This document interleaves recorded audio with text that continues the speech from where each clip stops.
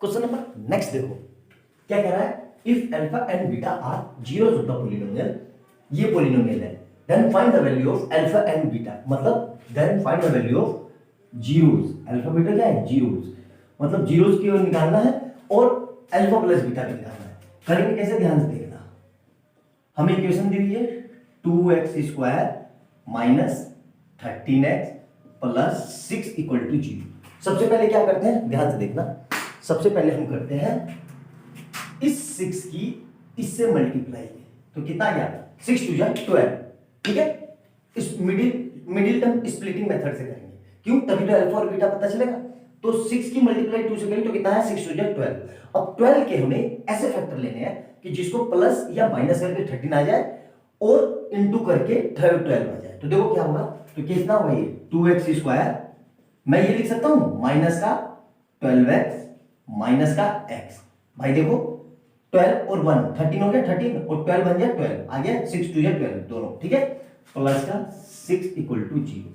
अब यहां देखो ध्यान से, अब इन दोनों को एक साथ लिख लेता हूं मैं, 2x² माइनस 12x, और इधर थोड़ा गैप देके इसको अलग से लिख लेता हूं। यहां तक क्लियर है, मेरे ख्याल से कोई डाउट नहीं होगा।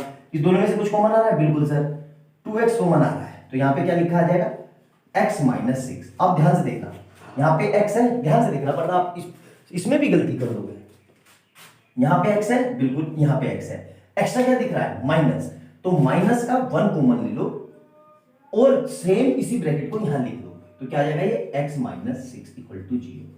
अब देखो ध्यान से, पूरे में से x माइनस 6 कॉमन आ रहा है, बिल्कुल आ रहा है, तो x माइनस 6 को मैंने बाहर निकाल दिया, और यहाँ क्या बचा 2x minus 1 equal to 0। Clear है यहाँ तक, मेरे ख्याल से कोई डाउट नहीं होगा। अब मेरे को दो वैल्यू पता चल गई, क्या हो गया, एक तो x माइनस 6 और 2x माइनस 1 इक्वल टू 0। अब एक बार x माइनस 6 इक्वल टू 0 कर दूंगा और एक बार 2x माइनस 1 इक्वल टू 0 कर दूंगा, तो यहां से ये 6 उधर जाएगा, तो x इक्वल टू कितना जाएगा 0 प्लस 6, मतलब x इक्वल टू कितना आ गया 6, ठीक है। और यहां से देखो तो 2x यही रहा, 1 को उधर ले गए तो 0 प्लस 1, तो यहां से कितना आ जाएगा 2x इक्वल टू 1, तो यहां से x कितना आ जाएगा 1/2। ये दो वैल्यू आ गई।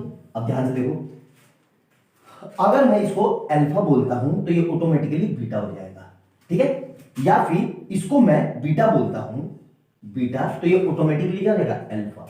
तो कुछ भी अल्फा और कुछ भी बीटा हो सकता है, ऐसा कोई फिक्स नहीं है, ठीक है। यहां तक समझ में आया। लेकिन हमसे क्या पूछा था, also find the alpha plus beta. अब देखो ये इरेज कर रहा हूं, अल्फा प्लस बीटा क्या होता है।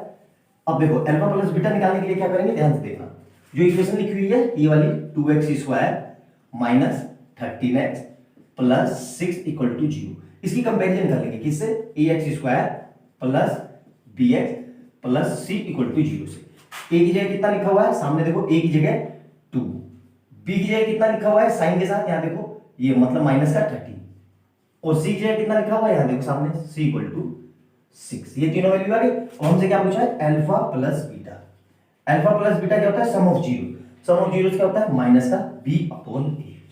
अब इक्वल टू, अब देखना ध्यान से, फिर यहां पे भी गलती करोगे, ये माइनस ऐसे लगाना है और ब्रैकेट लगा के माइनस का 13 लिखना है, ठीक है, और अपॉन में a कितना है 2, तो माइनस माइनस प्लस, तो अल्टीमेट आंसर कितना आ गया 13/2, मतलब अल्फा प्लस बीटा की वैल्यू क्या आएगी 13/2। यही हमारा आंसर है और यही हमसे पूछा है। आया समझ में, सिंपल सा क्वेश्चन है, अच्छे से देखना, स्टेप ना समझ में आए तो दोबारा से देखना। वैसे ऐसा हो नहीं सकता आपको समझ में ना आए, जो जो पॉइंट बताया है मैंने उसको वीडियो को पॉज करके उसको कॉपी में लिखना, तभी एग्जाम में याद रह पाएगा आपको, क्योंकि आपको 15 चैप्टर में सब चीज याद रखनी पड़ेगी, क्योंकि सब पेपर में तो सब कुछ आएगा ना, ठीक है। तो वीडियो अच्छी लगे तो लाइक एंड सब्सक्राइब कर देना और बेल आइकन दबा लेना कि जैसे ही मैं कोई नई वीडियो डालूं उसका नोटिफिकेशन तुरंत आपको मिल जाए। मिलते हैं अगली वीडियो में, बाय बाय।